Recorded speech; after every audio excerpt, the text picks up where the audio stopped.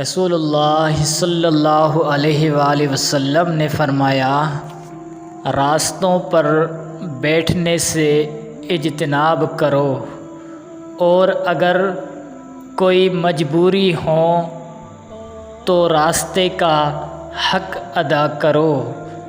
صحابہ نے عرض کیا، راستے کا حق کیا ہے؟